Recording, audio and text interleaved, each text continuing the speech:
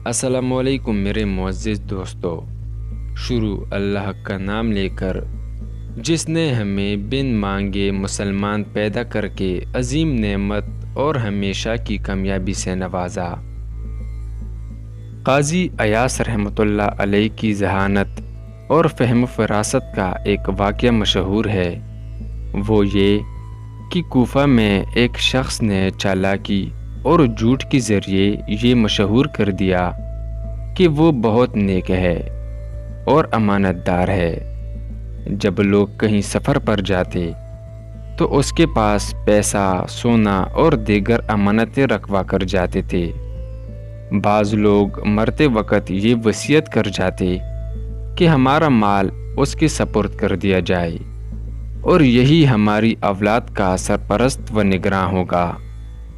اس کی جھوٹی شہرت سن کر ایک شخص نے اپنا بہت سا مال اس کے پاس بطور امانت رکھ دیا۔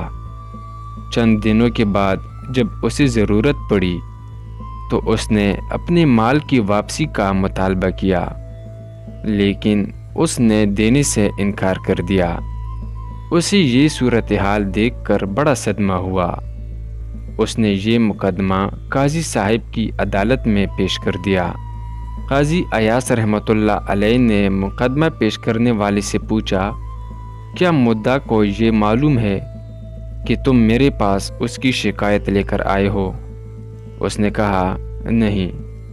قاضی صاحب نے کہا، آج تم چلے جاؤ، کل میرے پاس آ جانا۔ اور ساتھ ہی قاضی صاحب نے اس شخص کی طرف پیغام بھیجا جس کے پاس اس مدعی نے امانت رکھی ہوئی تھی۔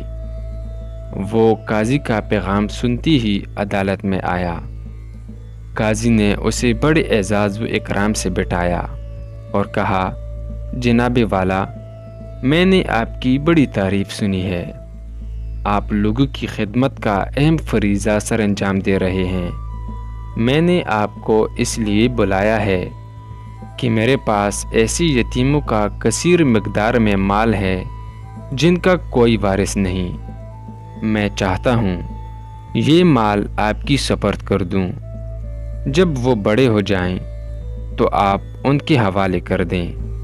کیا اتنی بڑی مقدار میں مال رکھنے کا آپ کے پاس انتظام ہے اور آپ کے پاس اتنا وقت بھی ہے کہ اس مال کی نگرانی کر سکیں گے؟ اس نے بڑے جوش سے کہا، کیوں نہیں جناب، مجھے اللہ نے پیدا ہی عوام کی خدمت کے لیے کیا ہے۔ بندہ عاجز اس خدمت کے لیے بخوشی تیار ہے۔ قاضی ایاس رحمۃ اللہ علیہ نے کہا، بہت خوب، مجھے آپ سے یہی توقع تھی۔ آپ پرسوں میرے پاس آ جانا اور ساتھ 2 مزدور بھی لیتے آنا۔ اس نے کہا، بہت اچھا۔ یہ کہہ کر وہ اپنے گھر چلا گیا۔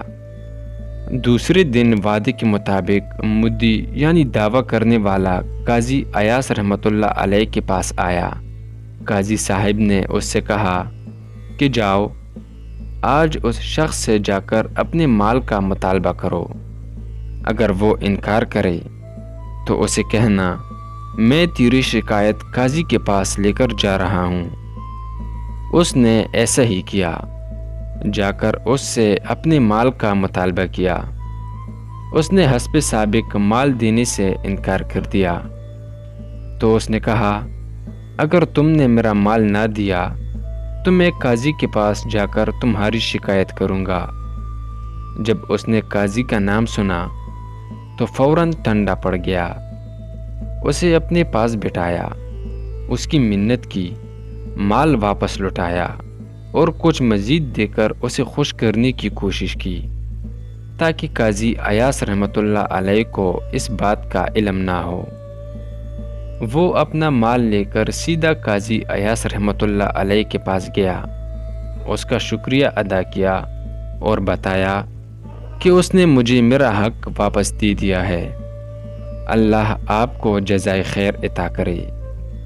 جب وعدے کے مطابق تیسرے روز وہ شخص قاضی ایاس رحمۃ اللہ علیہ کے پاس مزدور لے کر حاضر ہوا تو اسے دیکھتے ہی قاضی صاحب اس پر برس پڑے اور کہا، اے اللہ کے دشمن، تم بہت ہی برے آدمی ہو، تم نے دنیا کمانے کے لیے دین کو جال بنا رکھا ہے، تمہیں شرم آنی چاہیے، میری آنکھوں سے دور ہو جاؤ اور ابھی جا کر سب لوگوں کی امانتیں واپس کرو، ورنہ تمہیں ایسی سزا دوں گا جسے تمہاری آئندہ نسلی بھی یاد رکھے گی۔ وہ ہامتا کامتا واپس گیا اور سب کے مال فوری طور پر واپس کرنے لگا، لوگوں کی امانتیں واپس کی اور ان سے معافی مانگنے لگا۔ تب لوگوں کو اس کی اصلیت کا علم ہوا۔